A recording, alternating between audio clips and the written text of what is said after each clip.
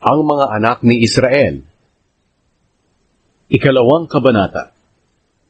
Ito ang mga anak na lalaki ni Israel: Reuben, Simeon, Levi, Huda, Isakar, Zebulun, Dan, Jose, Benjamin, Naphtali, Gad, at Asher. Ang lahi ni Huda. May tatlong anak na lalaki si Huda sa asawa niyang si Batshua na Kananea. Sila'y sina Er, Onan, at Shelah. Si Er ang panganay sa magkakapatid. Masama siya sa paningin ng Panginoon, kaya pinatay siya ng Panginoon. May mga anak pang lalaki si Huda kay Tamar na kanyang manugang. Sila'y sina Perez at Zerah. 5 lahat ang anak na lalaki ni Huda. Ang mga anak na lalaki ni Perez ay sina Hezron at Hamul. 5 lahat ang anak na lalaki ni Zerah. Sina Zimri, Etan, Heman, Kalkon, at Darda. Ang anak na lalaki ni Carmi ay si Akar. Si Akar ang nagdala ng kasamaan sa Israel dahil kinuha niya ang bagay na inilaan ng buo para sa Diyos. Ang anak na lalaki ni Etan ay si Azariah. Ang lahi na pinagmulan ni David. Ang mga anak na lalaki ni Hezron ay sina Jeramil, Ram, at Caleb. Si Ram ang ama ni Aminadab, at si Aminadab naman ang ama ni Nashon, na pinuno ng lahi ni Huda.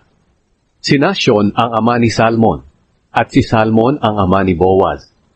Si Boaz ang ama ni Obed, at si Obed ang ama ni Jesse. Ang panganay na anak ni Jesse ay si Eliab. Ang ikalawa na may si Abinadab, at ang ikatlo ay si Shimeya. Ang ikaapat ay si Netanel. Ang ikalima ay si Raday. Ang ikaanim ay si Ozem. At ang ikapito ay si David. Ang mga kapatid nilang babae ay sina Zeruya at Abigail.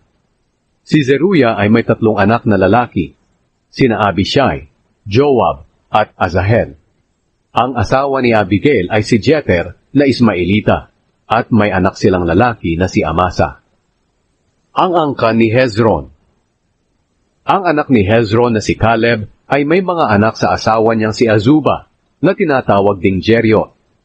Sila ay sina Jesher, Shobab, at Ardon. Pagkamatay ni Azuba, napangasawa ni Caleb si Ephrat, at ang naging anak nila ay si Hur.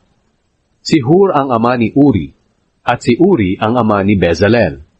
Noong 60 taong gulang na si Hezron, napangasawa niya ang anak ni Makir, ang kapatid na babae ni Gilead. Si Segub ang naging anak nila. Si Segub ang ama ni Jair, na namahala ng 23 bayan sa Gilead. Dumating ang panahon na inagaw ni Geshur at ni Aram ang mga bayan ni Jair, at ang Kenat, pati ang 60 bayan sa paligid nito. Silang lahat ang angkan ni Makir, na ama ni Gilead. Kamamatay lang ni Hezron sa Caleb Ephrata nang manganak ang asawa niyang si Abijah. Ang anak niya ay si Ashur, na ama ni Tekoa. Ang angkan ni Jeramil na anak ni Hezron. Ito ang mga anak na lalaki ni Jeramil, na panganay na anak ni Hezron. Si Ram ang panganay. Sumunod si Nabuna, Oren, Ozem, at Ahaya. Si Jeramil ay may isa pang asawa na ang pangalan ay Atara. Siya ang ina ni Onam. Ang mga anak na lalaki ni Ram na panganay ni Jeramil ay sina Maaz, Jamin, at Eker. Ang mga anak na lalaki ni Onam ay sina Shammai at Jada. Ang mga anak na lalaki ni Shammai ay sina Nadab at Abishur. Ang pangalan ng asawa ni Abishur ay Abihail. May mga anak silang lalaki, sina Aban at Molid. Ang mga anak na lalaki ni Nadab ay sina Seled at Apaim. Namatay si Seled na walang anak. Ang anak na lalaki ni Apaim ay si Ishi. Si Ishi ang ama ni Sheshan, at si Sheshan ang ama ni Alai. Ang mga anak na lalaki ni Jada na kapatid ni Shammai ay sina Jeter at Jonathan. Namatay si Jeter na walang anak. Ang mga anak na lalaki ni Jonathan ay sina Pelet at Zaza. Silang lahat ang angkan ni Jeramil. Walang anak na lalaki si Sheshan, kundi puro babae. May alipin siyang Ehipsyo na ang pangalan ay Jarha. Ibinigay ni Sheshan ang anak niyang babae kay Jarha bilang asawa. Nagkaanak sila na ang pangalan ay Atay.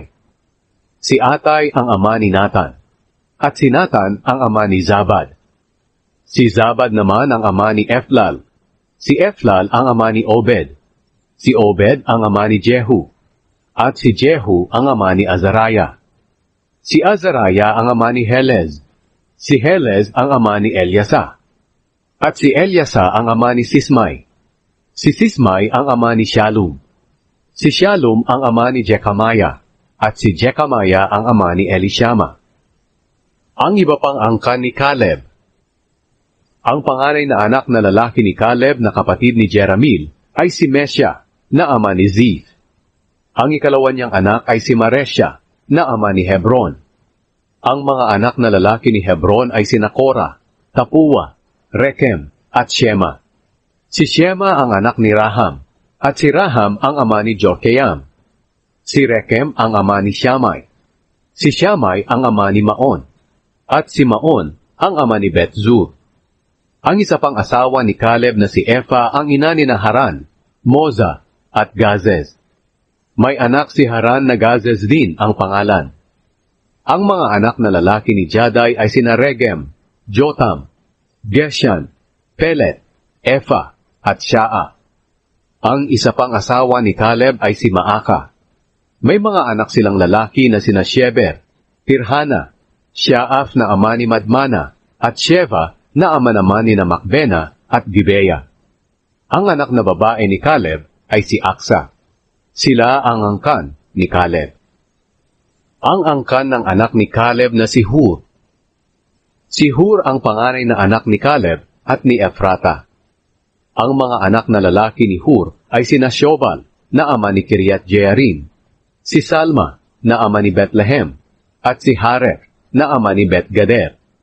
Ang angkan ni Shobal na ama ni Kiriat Jearim ay ang mga Harowe, ang kalahati ng mga naninirahan sa Manahat, at ang angkan ni Kiriat Jearim ay ang mga Itreo, Puteo, Sumateo, at Misraita. Sila ang pinagmulan ng mga Zoratita at mga Estaolita. Ang angkan ni Salma ay ang mga taga-Bethlehem, mga taga-Netofa, mga taga-Atrot Bet-Joab, ang kalahati ng mga Manahateo, at ang mga Zorita. Ang lahi ng mga Tirateo, Shimeateo at Sukateo, na magagaling sumulat ng mga dokumento, ay nakatira sa bayan ng Jabez. Sila ang mga Kineo na nagmula kay Hamat, na ama ng pamilya ni Bet-Rekab.